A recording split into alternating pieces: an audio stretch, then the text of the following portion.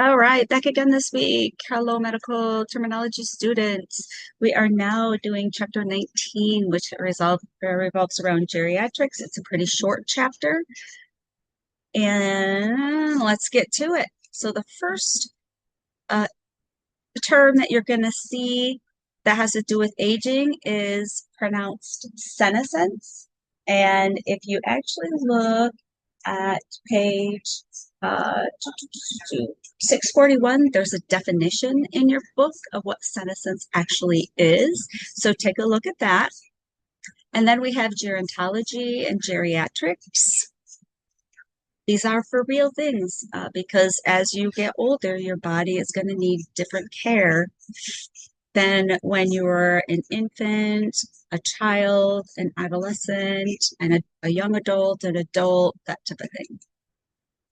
Just some stats that you guys can read. It's just good information to have, I guess you could have. We're having a big population of people that are 65 and older, and that just means that their care is more complex. Here's some more stats, and these stats are actually on that page 641, so you can take a look at those if you want to. Definition. So we have lifespan, life expectancy, longevity, aging, and then here we go. Here's our senescence. Uh, find the definition. Age to which humans aspire to live. Life expectancy, the average length of life. Longevity, living beyond our normal life expectancy. Aging, and then here's the senescence. Senescence of organ systems. So if you look on page 642, sorry about that, let me go back. You can look to see what or how the different systems are affected by senescence. So like for instance, the integumentary system, your skin, it becomes loose. It doesn't have that elasticity. It easily tears. The cardiovascular system, it slows down. The blood vessels lose their elasticity as well. Your immune system, you don't have the ability to fight off the infections that you did when you were younger. So take a look at those and how aging and senescence impacts each of these body systems. And then now we have just a couple of terms that you might need to know. So we have an autopsy. Obviously, this is viewing self. We're not going to do it to ourselves, but someone else is going to do it to us. And then lentigo, those age spots that they get, like a lot of times you see them on their hands, and sarcopenia. The theories of senescence, just again, some theories. Hereditary. If you take a look at your parents or your grandparents, what they experience, it could potentially what you experience. Free radicals. I don't need to know what free radicals are in this, but looking at the term to break it down would be important. And then complex effects of aging. Obviously, decline in physiological reserve.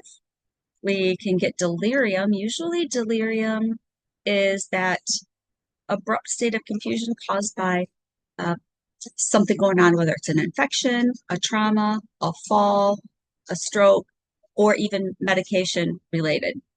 Polypharmacy, this is very common in the elderly, and poly, obviously many, pharmacy means drug. They have a lot of different medications that they're taking, and you have to be very careful because some of those medications may interact with each other, especially if the patient is taking over-the-counter medications and they don't report it to their physician because there are over-the-counter medications that do interfere with other prescribed medications. All right, benefits of aging.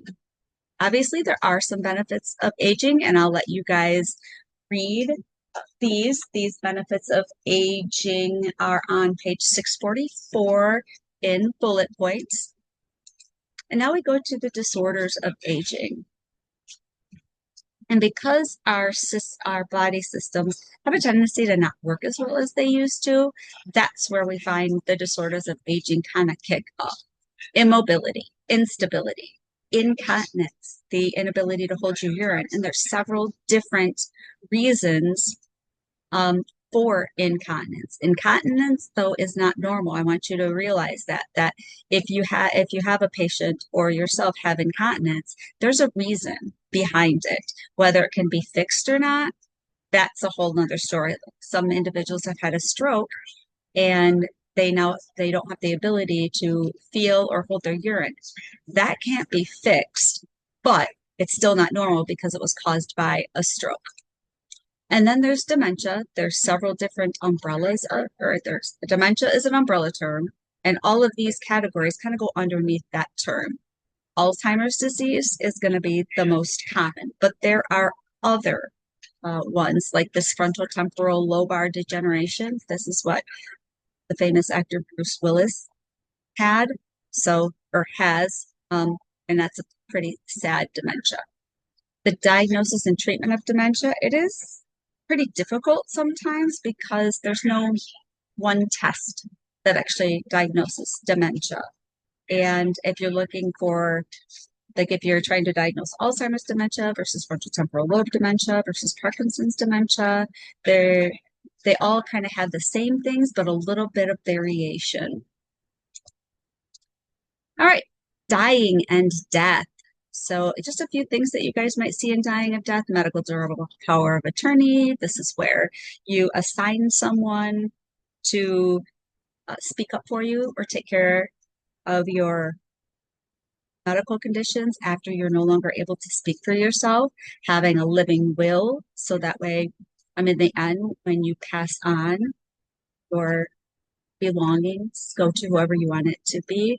Physician's orders for life-sustaining treatment. This is where if you want to be intubated or if you want to have, let's see, treatments that are going to take care of an issue. As you get older, many times it doesn't work.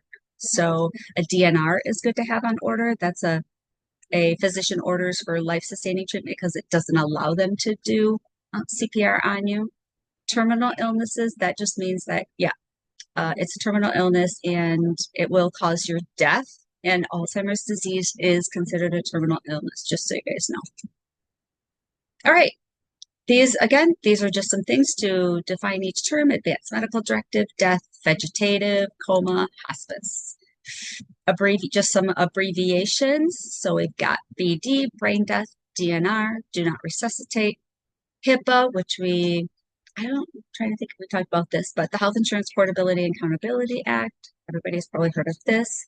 And then we have MCS, minimally conscious state, and the PVC, persistent vegetative state. That is it. I told you it was a really short chapter. All right. Let me know if you have any questions.